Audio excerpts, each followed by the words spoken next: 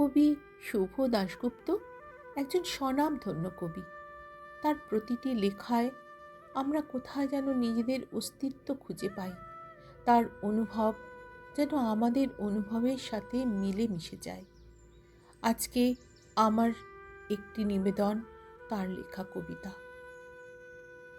কবিতাটির নাম বিশ্বাস করে। তুমি শুধু ভালোবাসি বলেছিলে, যাচাই করে দেখিনি কখনো।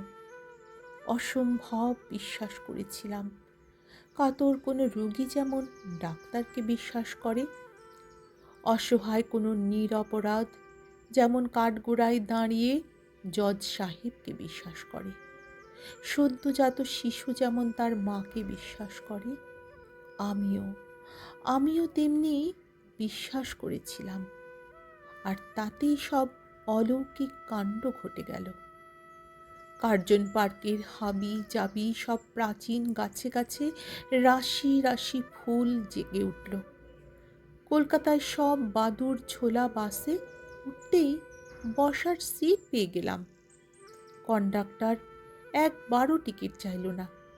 যে প্রকাশক 2 বছর যাবৎ আমার একের পর এক পাণ্ডুলিপি ক্রমাগত ফেরত দিচ্ছিল, সে বাড়িতে এসে আমার নতুন পাণ্ডুলিপি চেয়ে নিয়ে গেল। এবং কি আশ্চর্য, বইমেলায় আমার নতুন বইও হৈ হৈ করে প্রকাশ হলো। চাকরিতে প্রমোশন নিয়ে আমার সব দুর্ভাবনাকে ঠেলে সরিয়ে হঠাৎই পদোন্নতির চিঠি এলো হাতে। আমার ছোট্ট ব্যালকনির গাছটায় প্রজাপতি এসে বসল। সদা খিটকেল বাড়িওয়ালা আমার বাকি পড়ে যাওয়া 2 মাসের ভাড়া মকুব করে দিয়ে বলল, থাক থাক, ও নিয়ে আর ভাববেন না, সুযোগ হলে দেবেন, আর নয়তো না দিলেও চলবে। আমি শুধু বিশ্বাস করেছিলাম, যাচাই করে দেখিনি কখনো। আর তাতেই সব অলৌকিক কাণ্ড ঘটে গেল।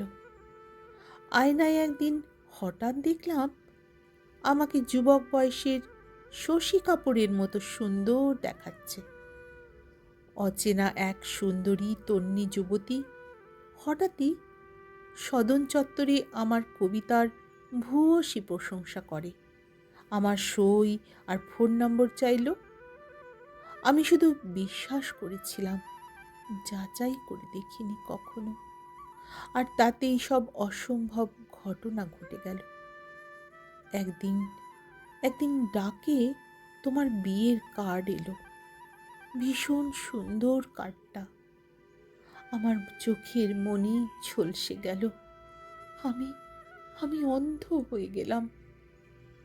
আমি শুধু বিশ্বাস করেছিলাম, যাচাই করে দেখিনি কখনো। আর তাতেই আজ আমি পৃথিবীকে আর দেখতেই পাই না। আর তাতেই আজ আমি পৃথিবীকে আর দেখতে পাই না। আমার কবিতা পাঠ যদি তোমাদের ভালো লাগে বন্ধুরা, তাহলে একটি অমূল্য ভালোবাসা রেখে যেও আমার কবিতার পাশে। তোমাদের অসংখ্য অসংখ্য ভালোবাসা।